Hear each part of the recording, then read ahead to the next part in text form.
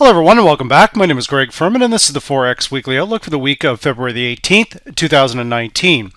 Now, to get started this week, we're going to begin where we always do with that important US dollar index that's pivotal in our stock, future, commodity, and of course our Forex trading. Now, when we look at the dollar index here, how we finished the week, quite soft actually. We've got stuck on this VantagePoint verified resistance zone, coming in at or about just below this 97.50 area, which is a very significant area. Now, when we look at this swing high, this goes back to the December 14th swing high.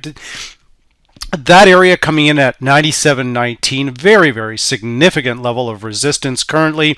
That's holding. You can see we've come up, kissed it to the number, and had a significant sell-off from that particular area. Now, in my respectful opinion, we were given at least a 3-day warning that this was going to happen, as we can see the medium term crossing over the long-term predicted difference.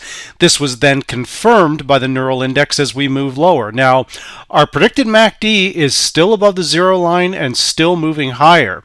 Our predicted RSI is falling. Now, once again, I've had a lot of questions about the RSI indicator.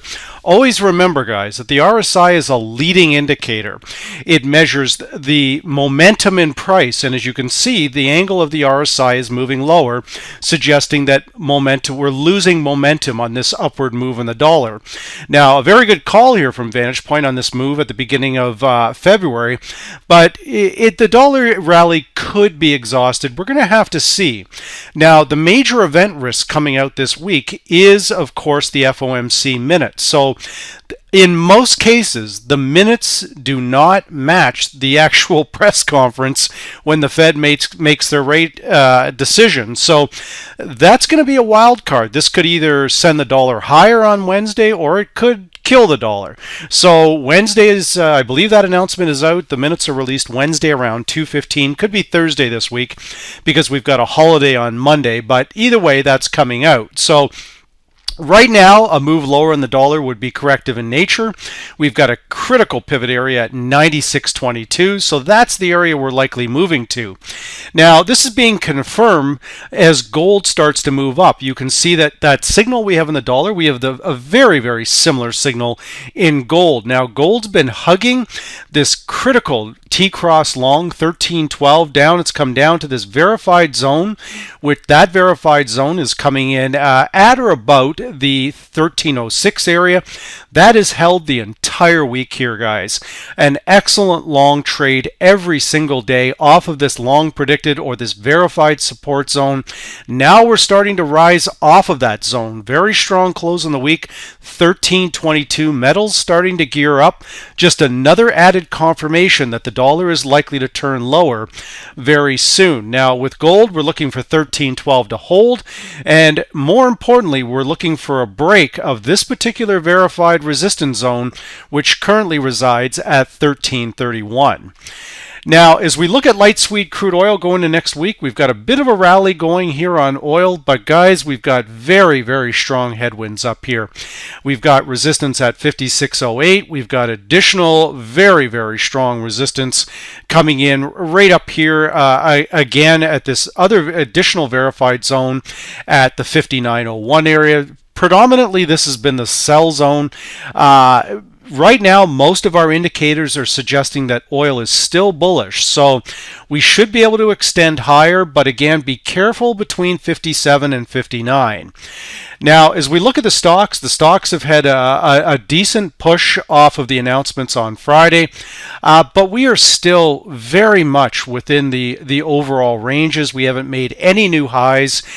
We've made a significant new low back in December, all the way down into this lower 23 area.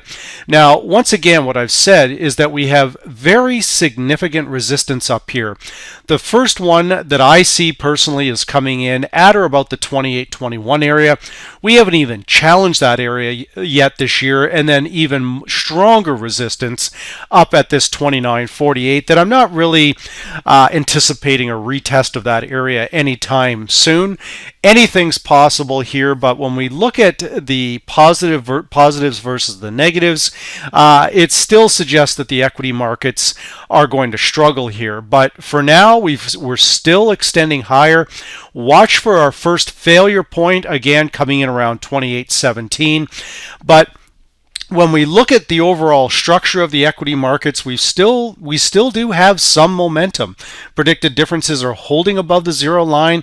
Predicted MACD is not crossing down. The RSI in overbought territory, but still moving higher. And bear in mind here too, guys, that just the other week, we did have a corrective move lower, back down. We've kissed that critical vantage point level at 26.72, and we've rallied off of that critical vantage point pivot area. Very impressive move there. It's just a question of now whether this rally can extend or not. Looking at some of the pairs in the Forex market, like dollar yen and US Swiss franc, it's suggesting that the equity markets are actually getting ready to turn lower, not higher. So we'll be looking at those in just one short minute. Now, as we come into our main Forex pair, of course, the most heavily traded Forex pair is the Euro-US. We are coming down into a significant verified support zone. That area, there's two of those areas actually, one around 111.11, but a very significant one, and this is the one we should be watching at 112.17. If this holds, we go higher. Now, this is where we look for the VantagePoint indicators to show us those contrarian moves. And once again, you can see that if I take my line and I draw it right here, you can see that the medium term crossing the long predicted difference is the market's moving lower, the neural index is higher, and the predicted differences are higher also. That contrarian signal is very seldomly wrong, suggesting if nothing else we're going back up towards 113.48 on a corrective move. But a break of 113.48, guys, the pressure goes back up towards the 115, 116 area. As gold rises and the dollar sinks, usually money goes into the Swiss franc, and indirectly it goes into the euro. So we're going to be watching this area very closely to see if 112.17 holds and if we can overtake 113.48 by Wednesday of next week. Now, some unusual activity in the Forex market last Sunday off the open with US Swiss franc. We had a very significant break on right off the open. We moved up 100 pips, but when we moved all the way up 100 pips last Sunday night, we came right back down. And then the entire week we spent between basically 101 and the 99.80 area. You can see this verified zone is formed here off of the 1.0096 area.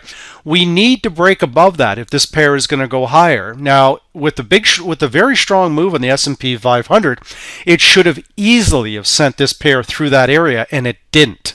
But gold is advancing, and that is indirectly strengthening the Swiss franc. That's the basis of advanced intermarket technical analysis. So we want to watch this level very closely to see if we can break. But right now, the indicators from VantagePoint are saying we're moving lower. You can see I've drawn a line in here on the very much like a trend line on the RSI, where the RSI is now pointing down, the neural index is down, predicted differences are pointing down, and we have a verified resistance zone just below 101. So shorts right now, at least on a corrective basis, makes a lot of sense back towards that parity mark.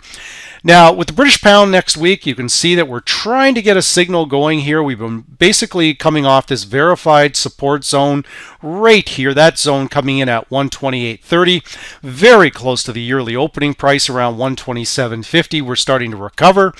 Predicted differences are moving higher, neural index is up, but when we look at the angle of the RSI here, the angle of the RSI is showing a clear momentum. We don't want to be using the RSI as an overbought or oversold signal. That's not what an RSI is designed to be used. It's designed to show momentum. Momentum is starting to build on here, suggesting we could see a relief rally on this particular back up at least towards this 129.29 area. If we can break through there and get through this verified resistance zone, which is coming in at 129.58, that should open the door back up towards the 132 area. But Brexit is always going to be a problem for this particular pair. Now, as we look at the dollar yen this past week, we finally broke through the 110 area, but then we formed another top up here. That top is coming in at approximately the high point, which is 111.05, and now we're turning lower. Very unusual activity on this particular pair because it's basically about 95% correlated to the S&P 500. So the S&P 500 moves higher, but dollar yen moves lower. That's what has me very suspicious about the current move on the S&P 500 and stocks in general, because dollar yen and US Swiss franc are not following it, and gold continues to advance. So with this particular pair, if we can't break back up above 111.20, 111.30 and make a new high next week, then basically that suggests the stocks are moving lower and this particular pair is moving lower. Now, our predicted MACD is not confirming what I just said. To be clear, it's above the zero line. It has not crossed. Our RSI is basically moving sideways, but still above 50 and still above 60. So there's still a little bit of momentum there, but we need to get the stock market moving if there's going to be any further upside on dollar yen. But again, my optimism on either one of these two moving higher remains heavily guarded at this time. Now, with US-Canada obviously responding to the move in stocks. Stocks move up, US-Canada moves down. Also, we've got a bit of a rally going on oil. Also, those intermarket correlations helping the CAD dollar against the US dollar. But again, when we look at our medium term crossing our long predicted difference and combining that with the neural index, we've got an RSI that's pointing lower. The RSI currently sitting at 48.4. This is all a very bearish setup. But to be very clear here, guys, if we want to keep shorting US-Canada, we need stocks moving higher. We need oil moving higher. If that doesn't happen and oil and stocks move lower next week, and we get more of a risk-off environment, then US-Canada is actually going higher. So we want to watch this critical pivot area, 132.53. We've closed just ever so slightly below there at 132.41. But this pair is not out of the woods yet. We opened the year at 136 on this particular pair, and a retest of that area cannot be ruled out at this particular time. Now, as we move towards Aussie US and New Zealand US, Aussie US once again is very perplexing. We've had a decent week on stocks and we finished the week very strong, but Aussie US was unable to break through the 71.40 area. We tested this area multiple times.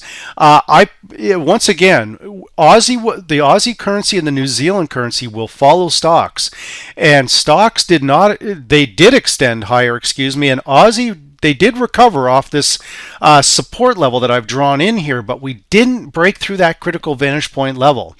Once again, we've got our medium term crossing our long predicted difference, our neural index firmly pointing higher. So we should be able to break higher, but the only way that's going to happen, guys, is if we get the stocks moving. Right now, the RSI 60.3 suggests that we are going to get a breakout to at least towards this next verified zone. That's coming in at a high of the 72.64 area. But once again, we can't do that without the stocks moving aggressively higher. And again, my optimism on that is heavily guarded. When we look at New Zealand in this particular case has benefited from the stocks moving up, where Aussie US has benefited somewhat, but not as much as New Zealand. So New Zealand could very well be a leading indicator for Aussie US, but the problem with this is what's happened is that the strength of the New Zealand currency has put considerable downward pressure on the Australia-New Zealand cross pair, and that's why Aussie US is struggling a little bit also. So that could be just a delayed reaction. As the Aussie New Zealand slowly recovers, then we could see Aussie US recover also. So once again, be very cautious this week with that event risk with the FOMC minutes, because again, in most cases, the minutes do not match the previous Fed statement. So with that said, this is the Forex Weekly Outlook for the week of February the 18th, 2019.